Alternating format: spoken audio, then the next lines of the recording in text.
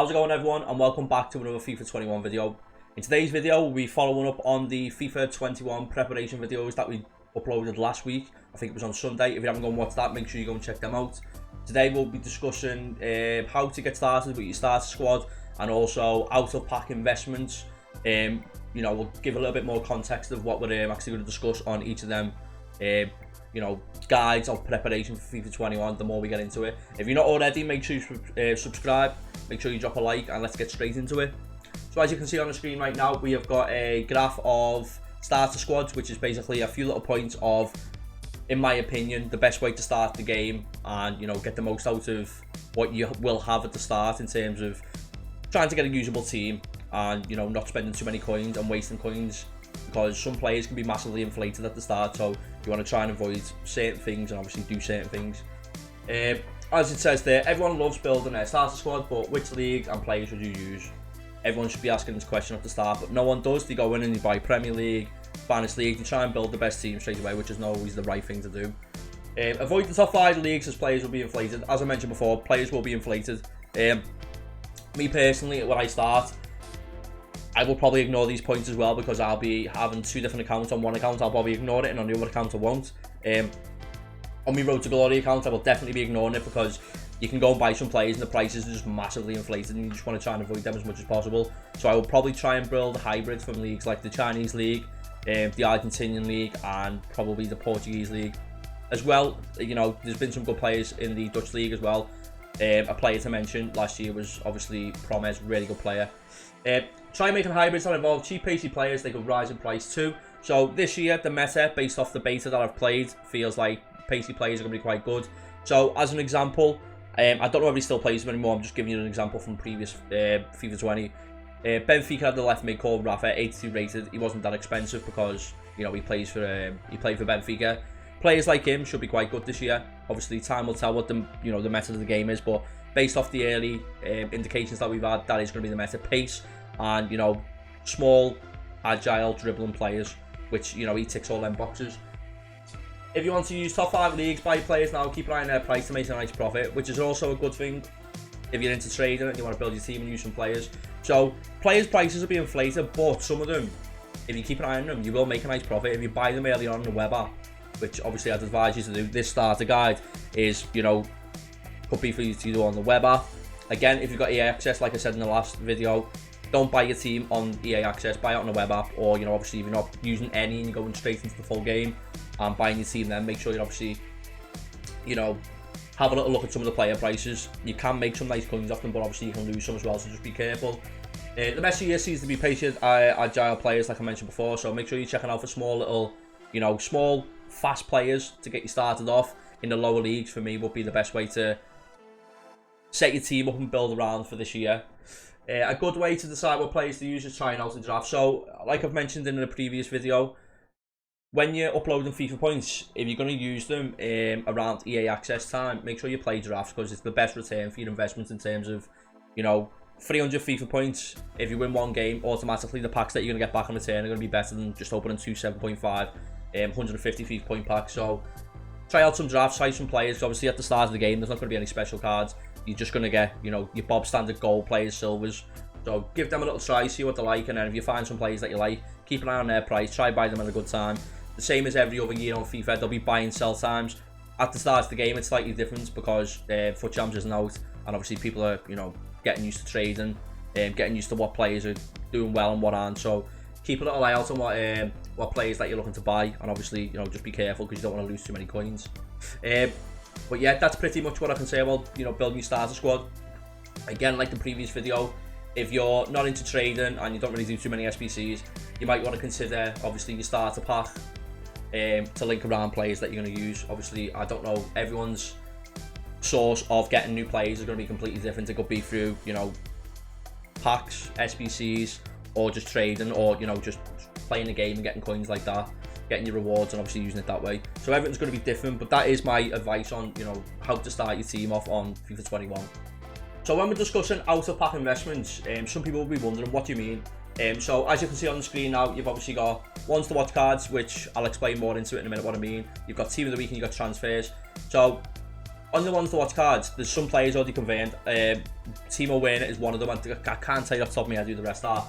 But as an example, when the game first comes out on the web app, ones to watch is not out yet. So, in fact, if you haven't already, go and watch a video I uploaded a couple of weeks ago about the confirmed date of when certain things come out. Because ones to watch is confirmed to come out. I think it's on like, it could be about the 12th of October. I'm not 100% certain. But the web app comes out about 10 days earlier or so. You've got a full 10 days, if you want to, of investing into ones to watch players that are in packs of their normal gold. Say, for instance, you pack a Timo Werner at the start of the game. If you've got him and you keep hold of him, eventually he's going to go out of packs for like at least a week. I don't know how long the ones to watch are going to be in packs, but he's going to go out of packs, meaning his price of his normal gold card is going to rise because there's going to be no supply of him. Obviously, there's going to be demand, but no supply.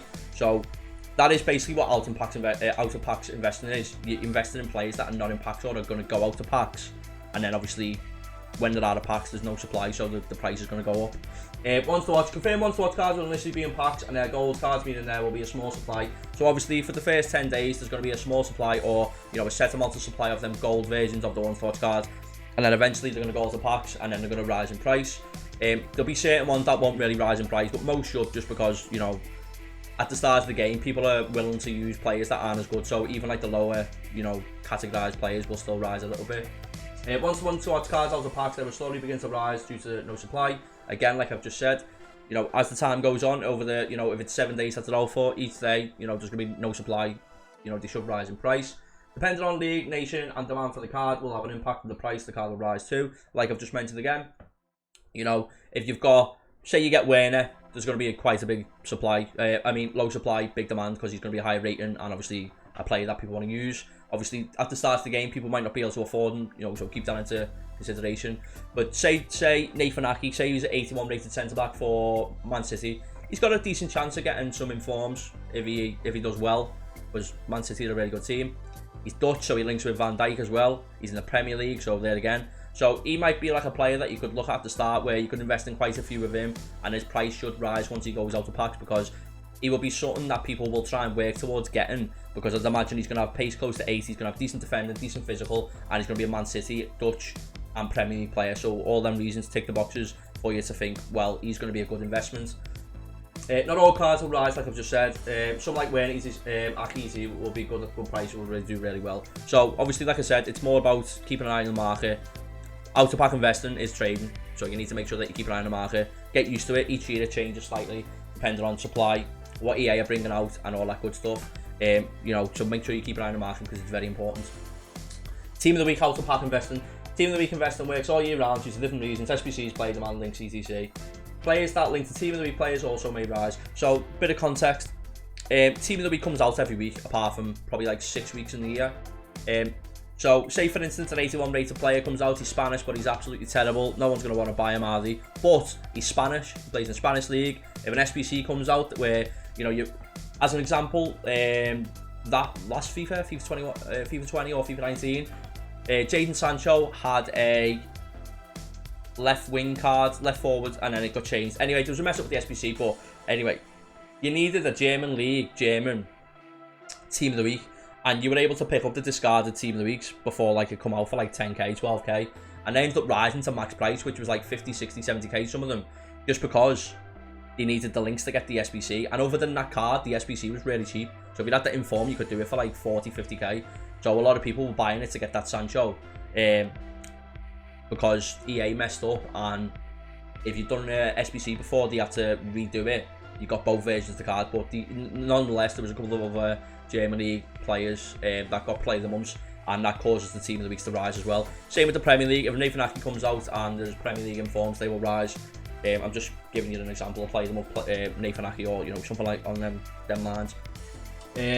Players that link to Team of the Week players will rise. So say for instance, again, I'm using Nathan Ake as an example because he's probably going to be a one to watch, but I'm just talking about him in the sense of, if he gets the Team of the Week, Cancelo's normal gold card, because he plays right centre back, right back for City, might rise. Mendy's left back card, Ederson in goal, CDM, any players that link might, rise in price. Van Dijk, all that good stuff.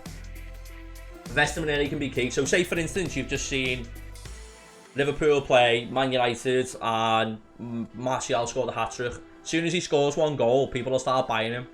as soon as he looks like he's having a good game, people start buying him, because if you get in early, you can make good investments. Last year, we done it with Rashford in the Discord, and he was going for like 3,000 coins. By the time his team of the week player come out, he was like 10k, making 7k profit card. So investing early always helps. Meta or desired cards that lead to team of the week players will all rise due to Lincoln. All the team of the week versions will only rise too. So say for instance, Van Dijk gets a team of the week card, and it's his second in form. His first one will rise as well, because some people may want to use him just because they can't afford the other one. So it does normally help. Team of the season is the best time for that, when players who have got other types of versions of cards will rise. Normally, rise a nice amount as well. Transfers, players that have transferred could possibly end up with a one to watch card, meaning people may invest, meaning they rise. So as we mentioned with the one to watch investment, so as an example now, let me just think of a random player. Callum Wilson's just signed for Newcastle. English, fast Premier League striker. I'm not saying right now the transfer window I don't think will be closed, or it may just be closing, but they might not have transferred straight away onto the game when the web app comes out. So if you buy some players that are on the verge of getting transferred or rumoured to, you might make some coins off them as well. Some people invest in players that are rumoured to be transferred to get ahead of the market, like I've just said. So Liverpool are currently interested in signing Thiago. If you were to invest in some of him and then Liverpool end up signing him, his price might go up, because you might already have a Barcelona card. And then obviously people will, there'll only be a certain supply of them on the market, and then once he transfers to Liverpool, there's going to be no supply, and then it always, because of the low supply, he's going to rise in price. What else is there? Again, with all the new cards, I can affect the link to them. So yeah, new cards, links to them. So if you've got a transfer and you say Thiago's just signed for Liverpool, what could basically happen then is they could devalue players that play for Barcelona, Bayern Munich, sorry, because he no longer links to them and people might want to use him. And then when he plays for Liverpool, the likes of Salah, Keita, Robertson, Trent, all that, because they have some sort of link to him, they might rise in price as well. Basically, with any transfer, there's obviously a risk with buying them, because they might not get a one to watch, they might not transfer if you're going on rumours, and also they might just not rise anyway, because people might not be interested in them. But that's what I'd say about the Ultra Packs investing. Ones to watch cards can be really good to invest in, obviously, before they go into packs, the ones to watch cards themselves. Team of the week investing is something that you can do every single week. If you watch football, you'll keep an eye on the scores and players doing well. Good way to input that into the actual team of the week investing side of things.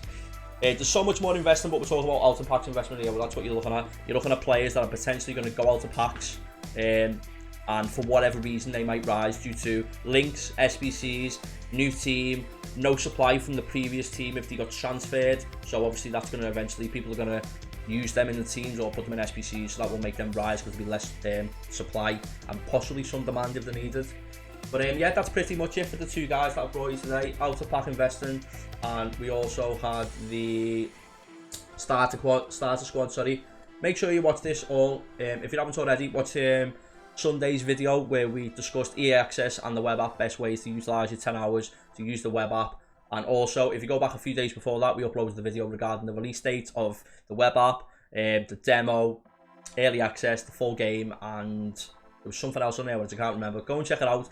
I will, there'll be a video popping up here now and a little subscribe thing. Make sure you click on them. If you're not already subscribed, don't wait for that. Make sure you drop a like. Make sure you, if you've enjoyed it, you drop a comment. Let me know what you want to see next time. And yeah, I hope you've enjoyed the video, and I will see you all next time.